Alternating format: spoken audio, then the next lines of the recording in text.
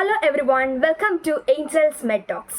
ഞാൻ Angel Caritas college of നഴ്സിംഗിലെ 4th semester BSc nursing student ആണ്. അപ്പോൾ ഞാൻ ഈ വീഡിയോ ചെയ്യുന്നത് ആദ്യമായി കുഹാസിൻ്റെ നഴ്സിംഗ് യൂണിവേഴ്സിറ്റി എക്സാം എഴുതാൻ പോകുന്ന സ്റ്റുഡൻസിന് വേണ്ടിയാണ്.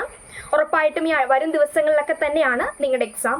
അപ്പോൾ ഫസ്റ്റ് സെമിൻ്റെ ആകട്ടെ 13th and 6th ഷെഡ്യൂൾ ചെയ്തേക്കുന്നത്. അപ്പോൾ ഉറപ്പായിട്ടും ആദ്യത്തെ യൂണിവേഴ്സിറ്റി എക്സാമിന് നിലയ്ക്ക് നിങ്ങൾക്ക് ഒരുപാട് ടെൻഷൻസ് ഒക്കെ കാണും. പക്ഷേ ഒന്നുകൊണ്ട് പേടിക്കേണ്ട, ഉറപ്പായിട്ടും ആദ്യത്തെ ഒരു അറ്റംപ്റ്റ് കഴിയുമ്പോൾ അത് മാറിക്കോളും. അപ്പോൾ നിങ്ങൾ ആദ്യമായിട്ട് എക്സാം എഴുതാൻ പോകുമ്പോൾ നിങ്ങൾക്ക് കുറച്ച് കാര്യങ്ങൾ പറഞ്ഞു തരാനുണ്ട്. അതിനാണ് ഈ വീഡിയോ ചെയ്യുന്നത്. അപ്പോൾ നിങ്ങൾ എക്സാം ഹാളിൽ കയറേണ്ടത് നിങ്ങളുടെ യൂണിവേഴ്സിറ്റി ഐഡന്റിറ്റി കാർഡ്, നിങ്ങളുടെ ഹോൾ ടിക്കറ്റ്, അതോടൊപ്പം തന്നെ നിങ്ങൾക്ക് എക്സാമിന് ആവശ്യമായിട്ടുള്ള പേന, പെൻസിൽ, സ്കെയിൽ അങ്ങനെയുള്ള സംഭവങ്ങൾ മാത്രമേ നിങ്ങൾ എക്സാം ഹാളിൽ കയറ്റാവുള്ളൂ.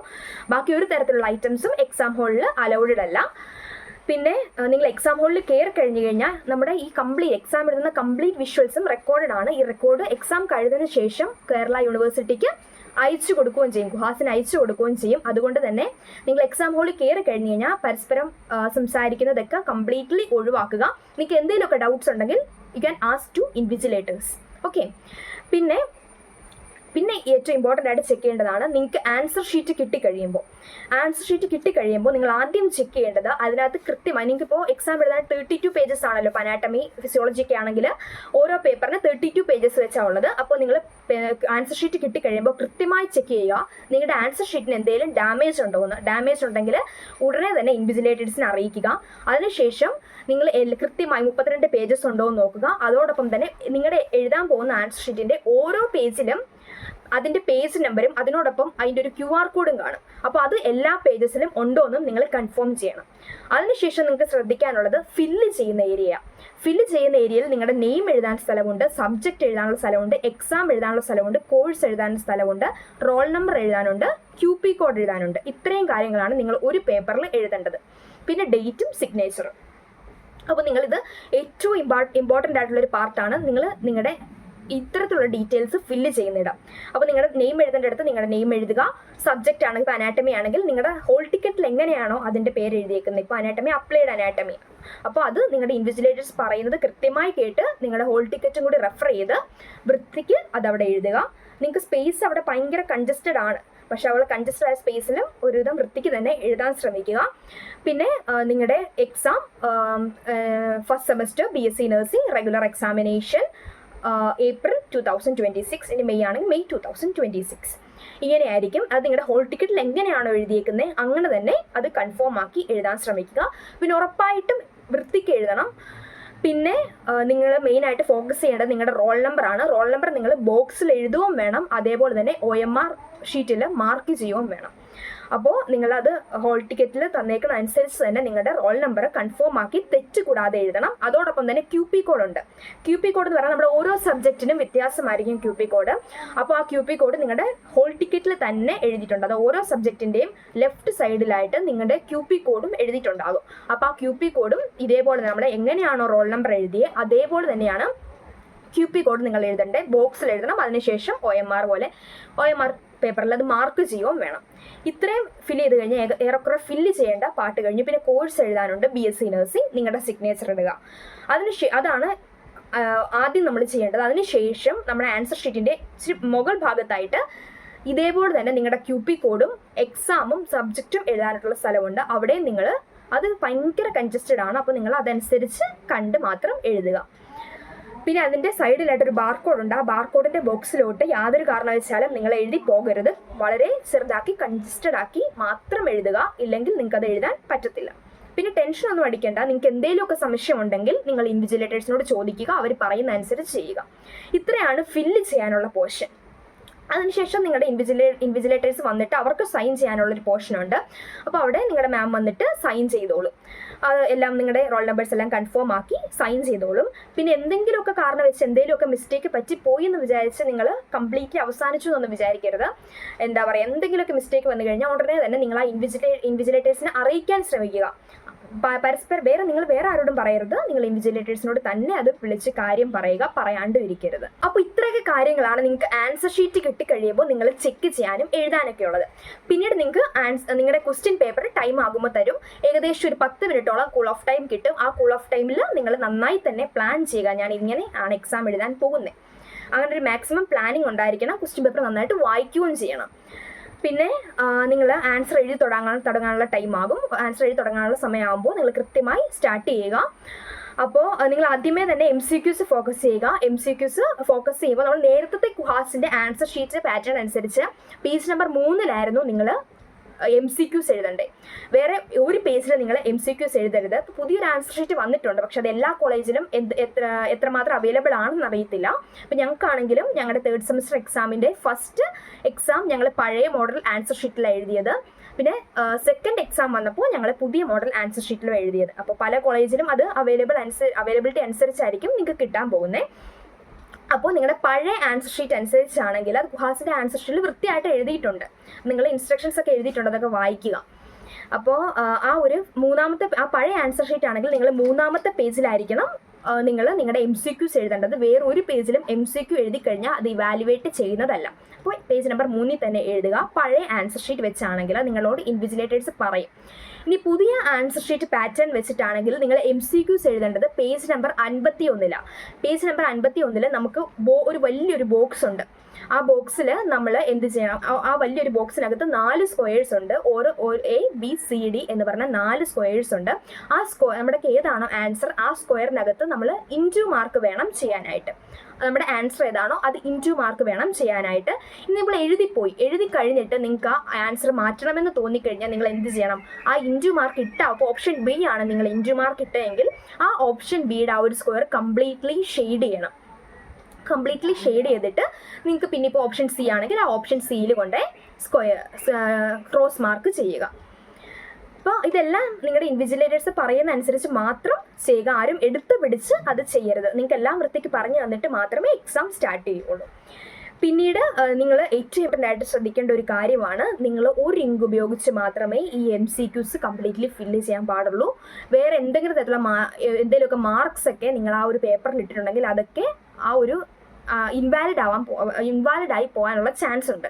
അപ്പോൾ യാതൊരു തരത്തിലുള്ള മാൽ പ്രാക്ടീസസും നിങ്ങളുടെ എൻറ്റയർ ആൻസർ ബുക്കിലും ചെയ്യാൻ പാടില്ല. പിന്നെ യാതൊരു തരത്തിലുള്ള മാർക്സും നിങ്ങളുടെ ആ ഒരു MCQ എഴുതാൻ തന്നേക്കുന്ന ആ ഒരു പേപ്പറിൽ അല്ലെങ്കിൽ ഒരു പേപ്പർ നിങ്ങളുടെ പേജിൻ്റെ ആൻസർ ബുക്കിലെറ്റിൽ ഏറ്റവും അവസാനം ആണ് അത് അറ്റാച്ച് ചെയ്തേക്കുന്നത്. ആ ഒരു പേജിലോട്ട് യാതൊരു തരത്തിലുള്ള വേറൊരു മാർക്കിങ്ങും ചെയ്യാൻ പാടില്ല. അപ്പോൾ എന്തെങ്കിലും കൺഫ്യൂഷൻസ് ഉണ്ടെങ്കിൽ ഇൻവിജിലേറ്റേഴ്സിനോട് ചോദിക്കുക. ഇത് പുതിയ ആൻസർ ഷീറ്റിൻ്റെ കാര്യമാണ് പറഞ്ഞത്. ഇനി പഴയ ആൻസർ ഷീറ്റിൻ്റെ ആണെങ്കിൽ നിങ്ങൾ എന്ത് ചെയ്യണം? അപ്പോൾ നമ്മൾ നോർമലി എഴുതുക, ബോക്സസോ കാര്യങ്ങളൊന്നുമില്ല. നമ്മൾ നോർമലി മറ്റ് ആൻസേഴ്സ് ഒക്കെ എഴുതുന്ന പോലെ തന്നെ എഴുതുമ്പോൾ നിങ്ങൾക്ക് MCQ ആണെങ്കിൽ ക്വസ്റ്റ്യൻ നമ്പർ 1 ആയിരിക്കും. അതിന് സബ് ക്വസ്റ്റ്യൻ ആയിട്ട് റോമൻ നമ്പർ 1, 2, 3 അങ്ങനെ ആയിരിക്കും. അപ്പം മെയിൻ ക്വസ്റ്റ്യൻ നമ്പർ, അത് 1 എന്നുള്ള മെയിൻ ക്വസ്റ്റ്യൻ നമ്പർ നിങ്ങൾ എന്ത് ചെയ്യണം? മാർജിൻ്റെ പുറത്ത് വേണം എഴുതാനായിട്ട്. അത് എല്ലാ ക്വസ്റ്റ്യനും അങ്ങനെ തന്നെയാണ്. മെയിൻ ക്വസ്റ്റ്യൻ നമ്പർ മാർജിൻ്റെ പുറത്തും മാർജിൻ്റെ അകത്ത് സബ് ക്വസ്റ്റ്യൻസ് മാത്രമേ എഴുതാവുള്ളൂ. അപ്പോൾ മാർജിൻ്റെ പുറത്ത് MCQൻ്റെ മെയിൻ ക്വസ്റ്റ്യൻ എഴുതിയിട്ട് സബ് ക്വസ്റ്റ്യൻ ആയ റോമൻ നമ്പർ 1, 2, 3 എന്നുള്ളത് ഇത് പഴയ ഫോർമാറ്റ് അനുസരിച്ച് മാർജിനകത്ത് നിങ്ങൾ എഴുതുക. അതിൻ്റെ ഓപ്ഷൻസും ആയിരിക്കും നിങ്ങൾ എഴുതേണ്ടത്. അപ്പോൾ നിങ്ങളുടെ കോളേജിൽ അവൈലബിലിറ്റി അനുസരിച്ചായിരിക്കും നിങ്ങൾ എങ്ങനെയാണ് MCQ എഴുതേണ്ടത്. പുതിയ ആൻസർ ഷീറ്റ് വന്നിട്ടുണ്ടെങ്കിൽ ഞാൻ ആ ബോക്സ് ക്രോസ് മാർക്ക് ചെയ്യുന്നതായിരിക്കും. ഇല്ലാന്നുണ്ടെങ്കിൽ പഴയ രീതി തന്നെയായിരിക്കും. ഇത്രയാണ് MCQs ഫില്ല് ചെയ്യുന്നതിനെ പറ്റി ശ്രദ്ധിക്കാനുള്ളത്. പിന്നെ നിങ്ങൾ എഴുതുമ്പോൾ ശ്രദ്ധിക്കാനുള്ള കുറച്ച് കാര്യങ്ങൾ പറയാം. നിങ്ങൾ ഒരു കാരണവശാലും 2 ഇങ്കൊന്നും യൂസ് ചെയ്ത് എക്സാം എഴുതരുത്. അതായത് ഇപ്പോൾ നിങ്ങൾക്ക് എഴുതി കഴിഞ്ഞാൽ അണ്ടർലൈൻ ഒക്കെ ചെയ്യാനായിട്ട് പിന്നെ എഴുതിയത് ബ്ലൂ കൊണ്ട് മാർക്ക് ചെയ്യുന്നത് ബ്ലാക്ക് കൊണ്ട് അങ്ങനെയൊക്കെ നിങ്ങൾക്ക് ചെയ്യാം. അല്ലാണ്ട് നിങ്ങൾ ഇടയ്ക്ക് കുറച്ച് ക്വസ്റ്റ്യൻസ് ബ്ലൂ കൊണ്ട് എഴുതി പിന്നെ കുറച്ച് ക്വസ്റ്റ്യൻസ് ബ്ലാക്ക് കൊണ്ട് എഴുതി അങ്ങനെ ഒരു കാരണവശാലും ചെയ്യരുത്. നിങ്ങളുടെ റിസൾട്ടൊക്കെ വിത്ത്ഹോൾഡ് ചെയ്യാനായിട്ടുള്ള ചാൻസസ് ഒക്കെ ഉണ്ട്. ഒരു കാരണവശാലും അങ്ങനെയൊന്നും ചെയ്യരുത്. പിന്നെ മാക്സിമം പോയിന്റ് വൈസ് എഴുതാൻ ശ്രമിക്കുക. കാരണം നമ്മുടെ എക്സാം ആൻസർ ഷീറ്റ് ഇവാലുവേറ്റ് ചെയ്യുന്നത് കമ്പ്യൂട്ടറിലൂടെയാണ് ടീച്ചേഴ്സ് അത് ചെക്ക് ചെയ്യുന്നത്. ഡിജിറ്റൽ വാലുവേഷനാണ്. അപ്പോൾ നമ്മളിങ്ങനെ ഒരു പാരഗ്രാഫ് എഴുതി വെച്ച് കഴിഞ്ഞാൽ അവർക്ക് അതിൻ്റെതായ ബുദ്ധിമുട്ടുണ്ടാകും. കാരണം ഒരു ദിവസം എന്തോരം പേപ്പർ ചെക്ക് ചെയ്യുന്നുണ്ട്. അപ്പോൾ അതിൻ്റെ വായിക്കാനായിട്ട് ബുദ്ധിമുട്ടുണ്ടാകുമ്പോൾ നമുക്കത് പിന്നീട് മാർക്കിനെ അത് ബാധിക്കാനുള്ള ചാൻസ് ഉണ്ട്. അപ്പോൾ മാക്സിമം പോയിന്റ് വൈസ് ആയിട്ട് തന്നെ നിങ്ങൾ എഴുതുക. ഇപ്പോൾ അനാറ്റമി ഒക്കെ ആണെങ്കിൽ മാക്സിമം ഡയഗ്രാംസ് വരയ്ക്കുക. നിങ്ങൾ മാക്സിമം ഡയഗ്രാംസ് വരയ്ക്കുക. പിന്നെ ടൈം മാനേജ്മെൻറ്റ് ഇമ്പോർട്ടൻ്റ് ആണ്. നിങ്ങൾ എക്സാം ഹോളിൽ കയറുന്നതിന് മുന്നേ തന്നെ നിങ്ങൾക്കൊരു ചിന്ത വേണം. ഞാൻ ഇത്ര നേരം കൊണ്ട് എസ്സേ എഴുതി കഴിയും, അരമണിക്കൂർ ഞാൻ എസ്സേക്ക് എടുക്കുകയുള്ളൂ. ആ അരമണിക്കൂർ കൊണ്ട് നിങ്ങൾ എസ്സേ എഴുതി തീർന്നാലും തീർന്നില്ലെങ്കിലും ആ ടൈം ആകുമ്പോൾ നിങ്ങൾ നിർത്തിക്കോണം. അല്ലാണ്ട് അതിൽ കൂടുതൽ എടുത്തു കഴിഞ്ഞാൽ അതിൽ കൂടുതൽ മാർക്കൊന്നും നിങ്ങൾക്ക് തരാൻ പോകുന്നില്ല. അപ്പോൾ 5 മാർക്കിൻ്റെ ക്വസ്റ്റൻ ആണെങ്കിൽ പോലും നിങ്ങൾ ഒരു ടൈം പ്ലാൻ ചെയ്യണം. 15 മിനിറ്റ് ഞാൻ കൃത്യം എടുക്കുകയാണെങ്കിൽ 15 മിനിറ്റ് കഴിഞ്ഞിട്ട് നിങ്ങൾ എഴുതി തീർന്നില്ല എന്നുണ്ടെങ്കിൽ അവിടെ നിർത്തിക്കോണം. നിങ്ങൾ പേജ് ലീവ് ചെയ്തോ. പേജ് ലീവ് ചെയ്തിട്ട് നിങ്ങൾക്ക് അവസാനം ടൈം കിട്ടുവാണെങ്കിൽ നമുക്കത് എഴുതാം. അല്ലാണ്ട് ഒരു ക്വസ്റ്റ്യൻ വെച്ചുകൊണ്ട് മാക്സിമം നേരം കളയരുത്. അതേപോലെ തന്നെ എല്ലാ ക്വസ്റ്റ്യനും നിങ്ങൾ അറ്റൻഡ് ചെയ്യണം. ഒരു ക്വസ്റ്റ്യൻ പോലും അറിയാൻ മേലാന്ന് വെച്ചും ലീവ് ചെയ്യരുത്. എന്തെങ്കിലുമൊക്കെ അതിനെപ്പറ്റി എഴുതി വെച്ചേക്കണം. കാരണം നിങ്ങൾ എന്തെങ്കിലുമൊക്കെ എഴുതാൻ മിസ്സായിപ്പോൾ നിങ്ങൾക്ക് ചിലപ്പോൾ ഒരു മാർക്കായിരിക്കും നിങ്ങളുടെ ഡിസ്റ്റിങ്ഷൻ നിർണ്ണയിക്കുന്നത്, ഒരു മാർക്കായിരിക്കും നിങ്ങൾ പാസ്സാവണോ വേണ്ടയോ എന്ന് നിർണ്ണയിക്കുന്നത്. അപ്പോൾ നിങ്ങൾ എന്തെങ്കിലും അറിയാൻ മേലെങ്കിൽ പോലും നിങ്ങൾക്ക് എന്തെങ്കിലും ഒരു ഓർമ്മയുള്ള കാര്യങ്ങൾ അതിനെപ്പറ്റി എഴുതി വെച്ചിരിക്കണം. കാരണം എന്തെങ്കിലും ഒരു 2-3 സെൻറ്റൻസ് ആണെങ്കിൽ പോലും അതിനെപ്പറ്റി എഴുതി വെച്ചിരിക്കണം. വെറുതെ മാർക്ക് കളയരുത്. പിന്നെ ഡിഫറൻസ് ബിറ്റ്വീൻ ക്വസ്റ്റ്യൻസ് ഒക്കെ എന്ത് ചെയ്യണം, ബോക്സ് വരച്ച് മാത്രമേ എഴുതാവുള്ളൂ. നമുക്ക് 2 മാർക്കാണെങ്കിൽ 4 പോയിന്റ് എഴുതണം. ഓരോന്നിനും 1/2 മാർക്ക് വെച്ച് 4 പോയിന്റ് എഴുതുമ്പോഴാണ് നിങ്ങൾക്ക് അവിടെ 2 മാർക്ക് വീഴുന്നത്. അപ്പോൾ നിങ്ങളുടെ ടൈം അനുസരിച്ച് ഒരു 4-5 പോയിന്റ് ഒക്കെ എഴുതാൻ ശ്രമിക്കുക. ബോക്സ് വരച്ച് മാത്രം ഡിഫറൻസ് ബിറ്റ്വീൻ എഴുതാൻ ശ്രമിക്കുക. ഒരിക്കലും പാരഗ്രാഫ് വൈസോ പോയിന്റ് വൈസോ ഒന്നും എഴുതരുത്. ബോക്സ് വരച്ച് ഡിഫറൻസ് അപ്പുറം ഇപ്പുറം ആയിട്ട് എഴുതുക. പിന്നെ മാക്സിമം മെയിൻ ഹെഡിങ്സ് ഒക്കെ അണ്ടർലൈൻ ചെയ്യുക. പിന്നെ റിലവൻ്റ് ആയിട്ട് തോന്നുന്ന പോയിന്റ്സും അണ്ടർലൈൻ ചെയ്യണം. പാരഗ്രാഫ് വൈസ് എഴുതരുത്, പോയിന്റ് വൈസ് മാത്രമേ എഴുതാവുള്ളൂ. പിന്നെ മാക്സിമം ഡയഗ്രാംസ് ഉൾക്കൊള്ളിക്കുക. ഇപ്പോൾ സോഷ്യോളജി സൈക്കോളജി ഒക്കെ ആണെങ്കിൽ നിങ്ങൾക്ക് ഫ്ലോ ചാർട്ടും കാര്യങ്ങളൊക്കെ എഴുതാം. മാക്സിമം അതൊക്കെ പേജ് നിറയ്ക്കാൻ ശ്രമിക്കുക. സോഷ്യോളജി സൈക്കോളജി ഒക്കെ റിലവൻ്റ് ആയിട്ടുള്ള പോയിന്റ്സ് അണ്ടർലൈൻ ചെയ്യുക. അങ്ങനെയുള്ള കുറേ കാര്യങ്ങളാണ് സോഷ്യോളജി സൈക്കോളജി ഒക്കെ എഴുതുമ്പോൾ നിങ്ങൾ ശ്രദ്ധിക്കേണ്ടത്. പിന്നെ ടൈം മാനേജ്മെൻ്റ് ആണ് ഏറ്റവും ഇമ്പോർട്ടൻ്റ് ആയിട്ടുള്ളത്. ഇത്രയൊക്കെ കാര്യങ്ങളാണ് എഴുതുന്നതിൽ നിങ്ങൾ ശ്രദ്ധിക്കേണ്ടത്. പിന്നെ നിങ്ങൾ എഴുതി കഴിഞ്ഞ് ഏകദേശം ഒരു അവസാനം ഒരു 5 മിനിറ്റ്സോളം, ഒരു 5 to 10 മിനിറ്റ്സ്, ഒരു 5 മിനിറ്റ്സ് എങ്കിലും മിനിമം നിങ്ങൾ നിങ്ങളുടെ എക്സാം പേപ്പർ ചെക്ക് ചെയ്യണം. നിങ്ങളുടെ പേജ് നമ്പർ കൃത്യമായിട്ട് ഇട്ടിട്ടുണ്ടോ, അങ്ങനെ എല്ലാ കാര്യങ്ങളും ചെക്ക് ചെയ്യണം. അതോടൊപ്പം തന്നെ നിങ്ങൾ ഏറ്റവും ഇമ്പോർട്ടൻ്റ് ആയിട്ട് ചെയ്യേണ്ട കാര്യമാണ് നമ്മുടെ എക്സാം ആൻസർ ഷീറ്റിൻ്റെ ഫ്രണ്ടിൽ, അതായത് നമ്മൾ ബുക്കിലേക്ക് തുറക്കുന്നതിന് മുന്നേ തന്നെയുള്ള ആ ഒരു പേജിൻ്റെ മേൽ ഭാഗത്തായിട്ട് നിങ്ങൾ ആൻസറിൻ്റെ പേജ് നമ്പർ മാർക്ക് ചെയ്യാനുള്ള സ്ഥലമുണ്ട്. അപ്പോൾ ആ പേജ് നമ്പർ മാർക്ക് ചെയ്യാനുള്ള സ്ഥലത്ത് നിങ്ങൾ കൃത്യമായി പേജ് നമ്പർ മാർക്ക് ചെയ്തിരിക്കണം. നിങ്ങളുടെ എക്സാം എഴുതാനുള്ള ആ ഒരു 3 മണിക്കൂറിലാണ് ഈ കംപ്ലീറ്റ് കാര്യങ്ങളും ചെയ്തിരിക്കേണ്ടത്. പിന്നെ അതിനുശേഷം നിങ്ങൾ ലെഫ്റ്റ് ഓവർ ആയിട്ടുള്ള പേജസ് എന്ത് ചെയ്യണം, കട്ട് ചെയ്യണം. ക്രോസ് മാർക്ക് ചെയ്ത് നിങ്ങളുടെ ബാക്കിയുള്ള പേജസ് കട്ട് ചെയ്യുകയും വേണം. ഒരിക്കലും പേജ് നമ്പർ മാർക്ക് ചെയ്യാൻ മറന്നു പോകരുത്. ക്വസ്റ്റ്യൻ നമ്പർ ഇടാനും മറന്നു പോകരുത്. ഈ കാര്യങ്ങളെല്ലാം നിങ്ങൾ അവസാനം ഒന്നും കൂടി കൺഫേം ആക്കണം. അപ്പോൾ ഇത്രയൊക്കെ കാര്യങ്ങളാണ് നിങ്ങൾ എക്സാം എഴുതാൻ പോകുമ്പോൾ ശ്രദ്ധിക്കേണ്ടത്.